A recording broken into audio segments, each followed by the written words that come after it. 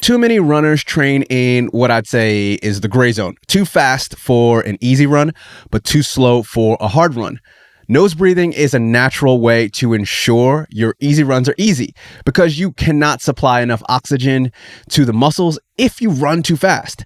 I want to use science and my own experience to answer the question, should an endurance athlete or, runner breathe through their nose or their mouth, and why? Find out the answer to that question and more on this episode of Trees and D Lake. All right, what you'll learn in this episode: the concept around how training actually makes you weaker and then you build yourself up, how, why, and when breathing through your mouth versus your nose works best and for what type of runner, the dangers of nose breathing, and a few more cool things to help you perform better in training, racing, and life. Let's get into it. So breathing through your nose is an interesting one. For me, I didn't think it would be a very popular post, but I put it on my Instagram page, and it's one of the most popular things that we had comments on. And I was actually amazed at how many people breathe through their nose when they run. I've never done it.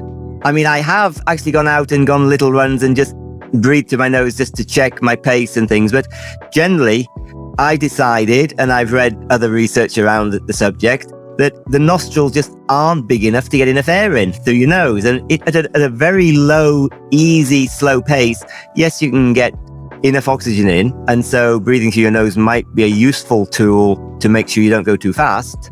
But if you're training hard, you're not going to get enough air in the lungs breathing through your nose. So that's my view. Now, if we go back a little bit further, breathing through the nose has benefit. I'm not against it, by the way. Although I say I haven't done it, and I know that Kipchoge and quite a few Kenyans these days sort of practice breathing through the nose. But remember, they can probably get away with 2 breaths every 3 minutes. I mean, they on an easy run, they're not using a lot of oxygen. There was a study. Sorry, let me go back to the quick story on the late 90s sports science class. And it was something I was interested in, majoring in at university, college. Ended up not going that route. Don't know why I didn't, because now I'm like, man, that would have been fun. But it was late 90s, early 2000s technology. We were a bit far behind. But I just remember the sports science teacher in high school saying, breathing in through the nose and out through the mouth is your best way to breathe. And that wasn't for any specific way or type of training. It wasn't like, oh, this is best for endurance distance running, or this is best for sprinting, or this is best for basketball. So I took that as the gospel, and like I did with everything that this sports scientist teacher told me, and I implemented that up until, basically I read that article that you wrote on Instagram. And Funny enough, I then realized, though, the minute I start going hard, I can't do in through my nose, out through my mouth. Stop. So I'm going to do a little test now. All these people that say, you've got to breathe through your nose the whole time. Now, just take one big breath, empty your lungs and take one big breath in through your nose and see how long it takes to fill your lungs up. Ready? Go. That was pretty fast. Okay, now breathe out. It is a few seconds. Yeah. Now take one big breath through your mouth. The different for me, it's like I'll go through my nose, like it's a few seconds. Through my mouth, it's instantaneous. Oh, I get what you're saying. I get what you're saying. Yeah. So I'm getting that oxygen so much quicker. So I can actually do so much more breathing. So long as my heart and lungs are efficient enough to process the oxygen in the lungs, I can get that oxygen around the muscles much more efficiently than I can through the nose.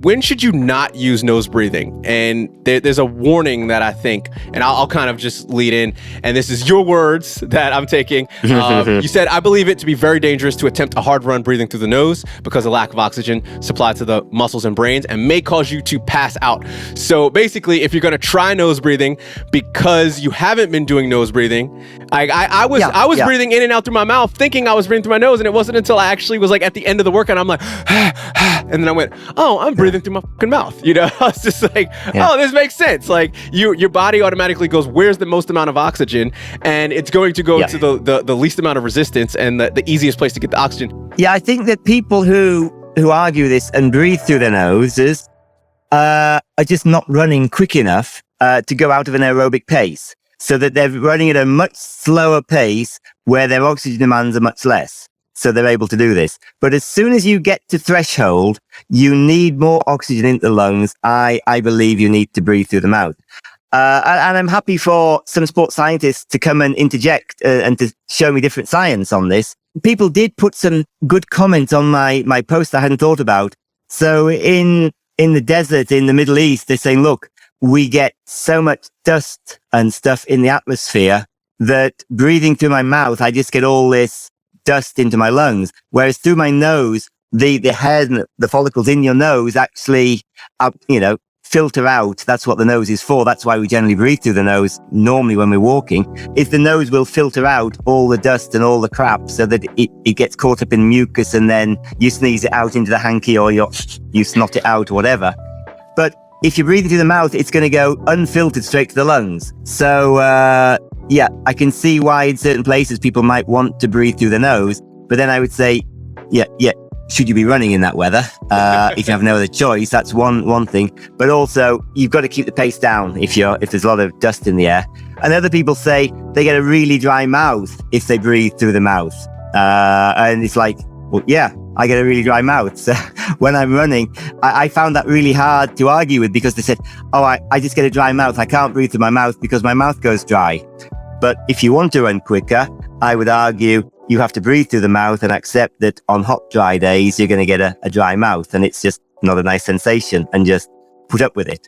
Or you say, I'll breathe through my nose, but I'll go slower. So you have to make a choice. You can't have both. You can't suddenly say, yes, I'm going to breathe through my nose and I want to go quicker. It's one or the other.